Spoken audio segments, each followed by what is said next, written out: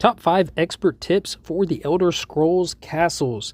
And starting off with tip number 1 is that the subjects who are waiting outside in line to get inside your castle actually don't age up if the year goes by. You know, a good example of this, I got one right out here. He is 18 years old, but if we go to advance the year here, we'll just use this arcane hourglass, move time forward 1 year. And while it's loading here, once we get back out there, he will still be 18 years old while everyone else in the castle has aged up. So if you have a really good person out there, oh no, he died. Well, that sucks. If you have a really good person out there that you might want to be king in a little while, or, you know, you have too many people, you're trying to get more food and oil production, man, everyone's dying here. Well, just keep them outside and they will remain the same age. 18 years. Goodness. And you see here, he is still 18 years old. Advanced tip number 2 is that if you have an enchanted item that you don't plan on using, it's in your best interest to just go ahead and scrap it. I know I mentioned that in the last video, but I'll kind of flesh it out a little bit more. And the same example that I used in that video, I will use in this one. And that's going to be those iron Redguard daggers. While it was very helpful to have those early on, I can't really upgrade them anymore because that's taking away a workshop slot to be used to craft, you know, more higher ranked items and armor. So if I have just a regular iron dagger, it's only going to net me, you know, a little bit of coins on that when I scrap it.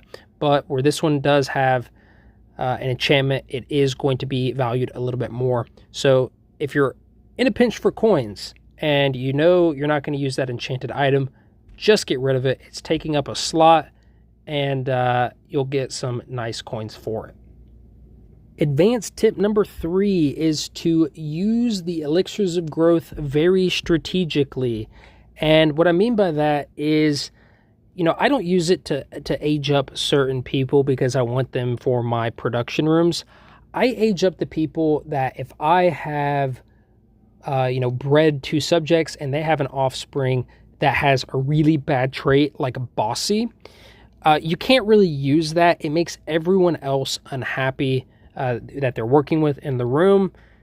So your option is to essentially have them work by themselves or just evict them.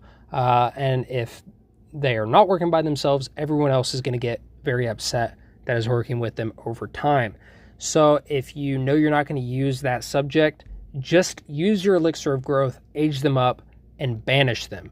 Now, the reason that you have to do that is because you can't banish kids in this game, which, you know, makes sense. But that's one instance in which I would, you know, use the elixirs of growth. And the other is, if you want somebody, I guess, for role-playing reasons to marry a specific person or to become king, then you can just, you know, age them up and marry them instead of having to wait for them to actually pass naturally through the age progression.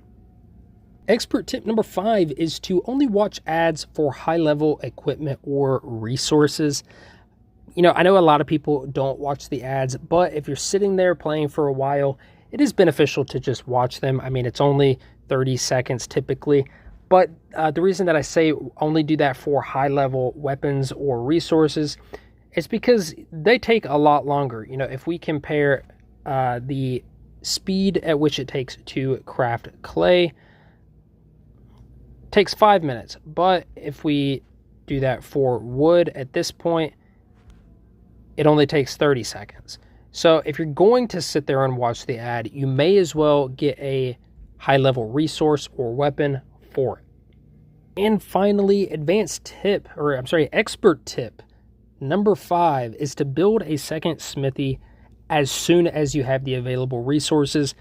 I would recommend doing that before building a second of any other room, because when you are crafting your weapons or armor, you're doubling the production basically. So you can, instead of crafting 1 silver sword, craft 2 silver swords, which is great because as you're getting into these higher levels, it becomes more and more important to have upgraded weapons and armor. And that's also great because if you have enchanted weapons and armor, you can still use them. It's also great because you can sell those off individually or use them to fulfill these orders. Like this one, if it says I need steel 2 daggers to get 230, if I have 2 smithies, it takes me half the time. It is a great time saver and it is a great way to make money. That's why I have 55 steel plates and 24 steel mails. So I would recommend building that second smithy ASAP. Like I said, great for the fulfilling orders or if you sell them off individually and for upgrading weapons and armor. Well, I hope you found this video useful for the expert tips for the Elder Scrolls castles. Be sure to check out the other videos I've uploaded on the Elder Scrolls castles. Hopefully you will find something in there that is useful and helps make your gameplay run a lot smoother. If you can think of anything else, feel free to leave it down in the comments and I will try to make a video on it soon.